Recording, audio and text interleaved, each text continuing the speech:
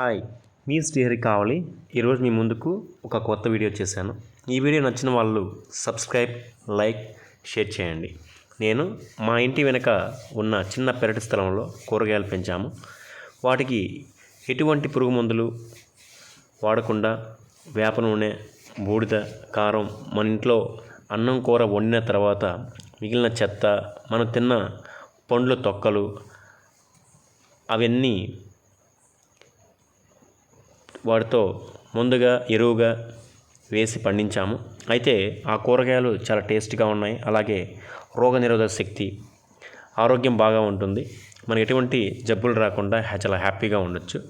మా పిల్లలు వాటికి కాసిన కూరగాయలు పొద్దున్నే లేచి వాటిని కట్ చేస్తుంటే వాళ్ళకి కూడా చాలా సరదాగా మేనేజ్మెంట్, కష్టం విలువ, ఆరోగ్యపరంగా శారీరక శ్రమ అన్నీ తెలుసుకుంటున్నారు. కాబట్టి మీరు కూడా స్థలం లేని వాళ్ళైతే పూల కుండీలు కానీ తొట్టుల్లో కానీ పెంచండి. ఆరోగ్యంతో పాటు ఖర్చు కూడా తగ్గుతుంది.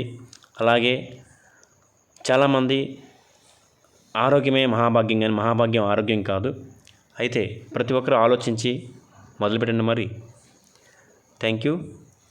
ఈ వీడియో చూసిన వాళ్ళు తప్పకుండా లైక్ చేయండి, షేర్ చేయండి, అలాగే ప్రతి ఒక్కరికి తెలియపరచండి.